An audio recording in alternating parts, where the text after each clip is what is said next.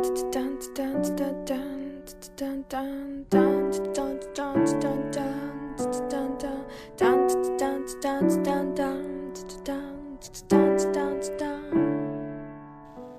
on November 2nd, 1755 to parents of royalty, baby Marie Antoinette of Vienna, Austria, was destined to become the Queen of France. She was promised to Louis XVI, grandson of Louis XV of French royalty, in order to build a diplomatic alliance between the two families. In 1770, 14-year-old Marie and 15-year-old Louis were wedded. In 1774, they officially became the King and Queen when Louis XVI ascended the throne. As a fairly young couple, making decisions and accomplishing important matters was secondary to lavish spending and parties.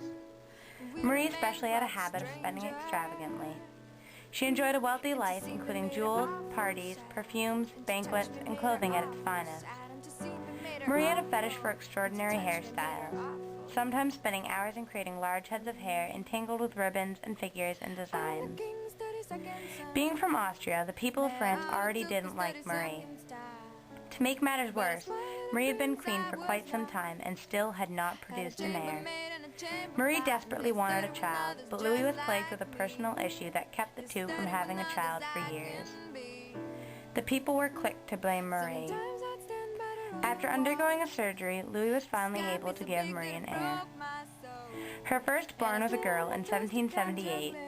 Marie was finally happy, and for a while, some of France's uncertainty had settled. In 1781, she gave birth to her first boy, followed by another girl who died during infancy. She then gave birth one final time to another boy. It was shortly after, in 1789, at the age of 8, her eldest son and second-born died, leaving with her just her first child and her last. Marie had other problems in her life that she wasn't addressing. For years, she as queen had avoided dealing with France's economic, religious, and social conflicts. Ignoring her duties and focusing on herself, the people of France grew a strong resentment against her. One day, the women of France finally snapped. In an outcry known as the Bread Riot, women who worked the fish markets took their hooks and knives and stormed the Palace of Versailles. They broke through the gates, slaughtering the guards. Their intent was to capture and kill Marie. It was just in time that Marie found shelter in her husband's room. It was demanded then by the people of France and advisors to the King and Queen that they pack their things and move to Paris in October of 1789.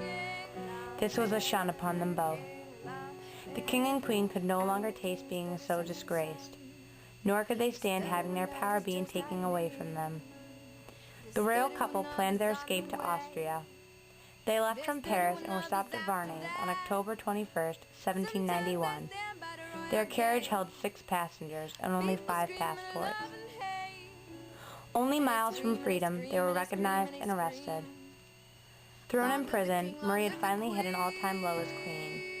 The king was tried first on charges of treason and sentenced to the guillotine. Marie's trial followed after. The charges also treason. But then, out of spite, the accusers made up twisted allegations of incest with her own children. Marie had had enough of the ridiculous accusations and spoke out against every mother who could dare to think she could do such a horrible thing.